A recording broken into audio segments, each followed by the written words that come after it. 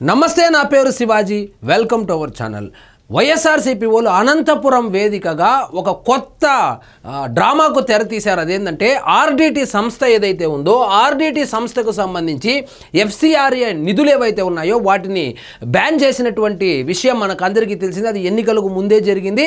అది పూర్తిగా కేంద్రం చేతిలో ఉంది. సో ఎఫ్సిఆర్ఏ నిధులు ఏవైతే ఉన్నాయో అవి దుర్వినియోగం అవుతున్నాయని, అదేవిధంగా మత మార్పిడులకు పాల్పడుతున్నారనేటువంటి ఉద్దేశంతో ఆ సంస్థే కాదు చాలా సంస్థలు ఏవైతే ఉన్నాయో వాటికి సంబంధించినటువంటి ఆ నిధులను ఇతర దేశాల నుంచి వచ్చేటువంటి నిధులు ఏవైతే ఉన్నాయో వాటి మీద రిస్ట్రిక్షన్స్ అయితే పెట్టడం జరిగింది.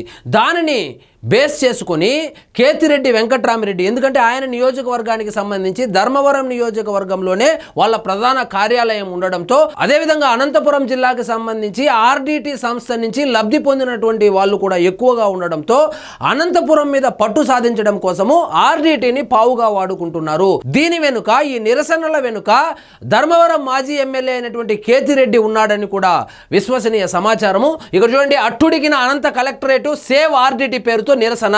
సేవ్ ఆర్డిటి పేరుతో ఆర్డిటిలో పనిచేస్తున్నటువంటి ఉద్యోగులు కావచ్చు, ఆర్డిటి సంస్థ నుంచి లబ్ధి పొందినటువంటి అనంతపురం వాసులు కావచ్చు, వాళ్ళందరూ కలెక్టరేట్ అయితే ముట్టటించారు. సేవ్ ఆర్డిటి పేరుతో అనంతపురంలోని కలెక్టరేట్ వద్ద ఎస్సీ ఎస్టీ అఖిలపక్ష కమిటీ సారథ్యంలో సోమవారం పొలికేక పేరుతో సేవ్ ఆర్డిటి అంటూ పెద్ద ఎత్తున నిరసన తెలిపారు. ఉమ్మడి జిల్లా వ్యాప్తంగా తరలి వచ్చిన వేల మంది నిరసనకారులతో కలెక్టర్ కార్యాలయం అట్టుడికింది. ఆర్డిటి ఎఫ్సిఆర్ఏ అనుమతిని పునరుద్ధరించాలంటూ నినదించారు. పౌరాణిక వేషధారణ, డప్పుల మోతలతో నగరంలో ర్యాలీ నిర్వహించారు. తర్వాత కలెక్టర్ కార్యాలయం ప్రధాన ద్వారాన్ని ముట్టడించారు. దాదాపు 300 మంది నిరసనకారులు కార్యాలయంలోకి చొచ్చుకెళ్లి రెవెన్యూ భవన్ కు చేరుకున్నారు.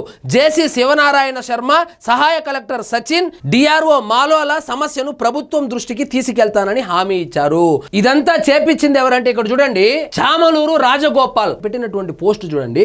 ఆర్డిటికి ఎఫ్సిఆర్ఏ రెన్యువల్ చేయకపోతే వచ్చే ఎన్నికల్లో బీజేపీ, టీడీపీ, జనసేన పార్టీలకు ఆర్డిటి ద్వారా లబ్ధి పొందిన అనంతపురం జిల్లా, కర్నూలు జిల్లా, ప్రకాశం జిల్లా మరియు ఇంకొన్ని జిల్లాలలో మీరు చాలా మూల్యం చెల్లించాల్సి ఉంటుంది. తస్మాత్ జాగ్రత్త.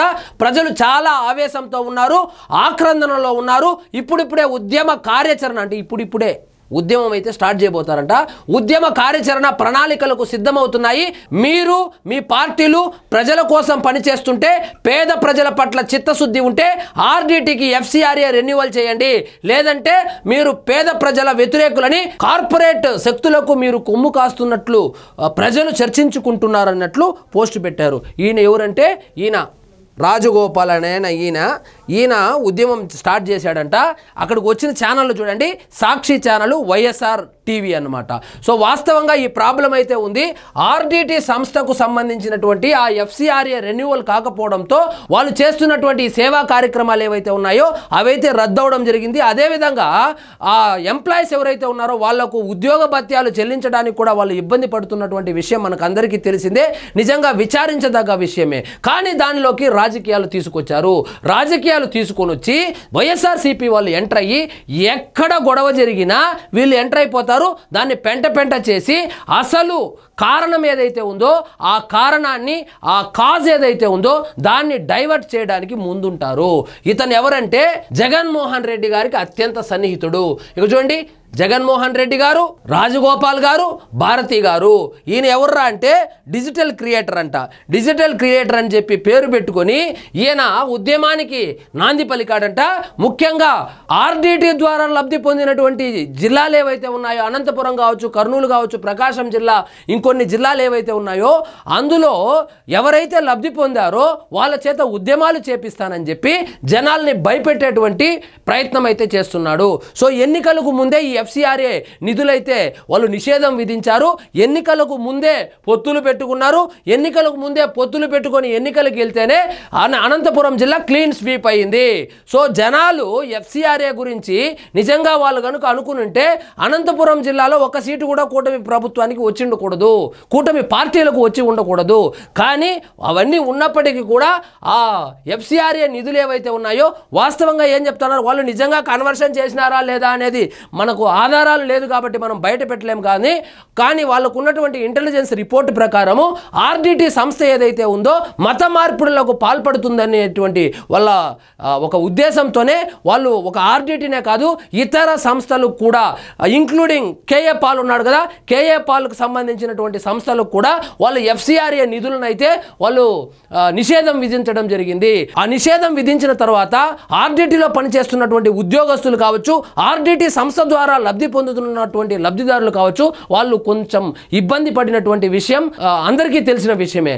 కానీ ఇలాగా రాజకీయాలు ప్రతి దాంట్లోనూ కులాల మధ్య మతాల మధ్య ఇప్పుడేమంటారు, సో అది ఎస్సీలకు సంబంధించినది, ఎస్టీలకు సంబంధించినది, ఎస్సీలకు ఎస్టీలకు బీజేపీ వ్యతిరేకము, బీజేపీ వ్యతిరేకం అయితే ప్రెసిడెంట్నే ఎస్టీ సామాజిక వర్గం నుంచి ఎందుకు పెడతారు?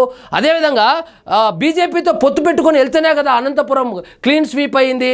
కానీ వీళ్ళు ఇప్పుడు కులాల మధ్య గొడవలు పెట్టడము, మతాల మధ్య గొడవలు పెట్టడము, ఆ గొడవల నుంచి రాజకీయాలు చేయాలనేటువంటి ఉద్దేశంతో ఈ కార్యక్రమానికి అయితే శ్రీకారం చుట్టినట్లు తెలుస్తోంది. ఈ కార్యక్రమం వెనుక వైఎస్ఆర్సీపీ పెద్దల హస్తం కూడా ఉందని, ముఖ్యంగా కేతిరెడ్డి వెంకట్రామిరెడ్డి ఎవరైతే ఉన్నారో ధర్మవరం మాజీ ఎమ్మెల్యే వెనక నుండి ఇతని సహాయంతో ఈ ఉద్యమానికి నాంది పలికినట్లు కూడా తెలుస్తూ ఉంది. కాబట్టి వాళ్ళేదో వాళ్ళ హక్కుల కోసం వాళ్ళు పోరాడుతూ ఉంటే, న్యాయంగా పోరాడుతూ ఉంటే దాంట్లోకి రాజకీయాలు చొప్పించి దాన్ని టాపిక్ డైవర్ట్ చేసే విధంగా, అదేవిధంగా వాళ్ళ కాజ్ ఏదైతే ఉందో దాన్ని నీరుగార్చే విధంగా వైఎస్ఆర్సీపీ నాయకులు ప్రవర్తిస్తున్నారు. దయచేసి ఆర్డిటి సంస్థకు సంబంధించినటువంటి ఉద్యోగస్తులు కావచ్చు, ఆర్డిటి సంస్థ ద్వారా లబ్ధి పొందినటువంటి లబ్ధిదారులు కావచ్చు, వీళ్ళ రాజకీయాలను పసిగట్టండి. ఆల్రెడీ ఈ విషయాన్ని సత్యకుమార్ గారు, ధర్మవరం ఎమ్మెల్యే సత్యకుమార్ గారు సంబంధిత మంత్రికి రిప్రజెంటేషన్ కూడా ఇవ్వడం జరిగింది. బండి సంజయ్ గారిని కలిసి రిప్రజెంటేషన్ కూడా ఇవ్వడం జరిగింది. అది ప్రాసెస్లో ఉంది. ప్రాసెస్లో ఉండంగానే ఏదో విధంగా ఆర్డిటికి చెందవలసినటువంటి నిధులు కావచ్చు, వాళ్లకు ఫేవర్గా ఎక్కడైనా వస్తే అది బీజేపీ వాళ్ళ ఖాతాలోనో, ఎన్డీఏ పార్టీల యొక్క ఖాతాలోనో, కూటమి ఖాతాలోనో పడిపోతుందనేటువంటి దురుద్దేశంతో, రాజకీయ ఉద్దేశంతో వీళ్ళు ఇక్కడ చొరబడి దీన్ని రాజకీయం చేస్తున్నారు. ఖచ్చితంగా ఆర్డిటి ఉద్యోగులు కావచ్చు, లబ్ధిదారులు ఎవరైతే ఉన్నారో, ఆర్డిటి ద్వారా లబ్ధి పొందినటువంటి వాళ్ళు ఎవరైతే ఉన్నారో వాళ్ళు ఈ వైఎస్ఆర్సీపీ ట్రాప్లో అయితే పడకండి. సో ఇదండి ఈరోజు మన టాపిక్. మీకు ఈ వీడియో నచ్చినట్లయితే లైక్ చేయండి, షేర్ చేయండి, ఛానల్ మాత్రం సబ్స్క్రైబ్ చేసుకోవడం మర్చిపోవద్దు.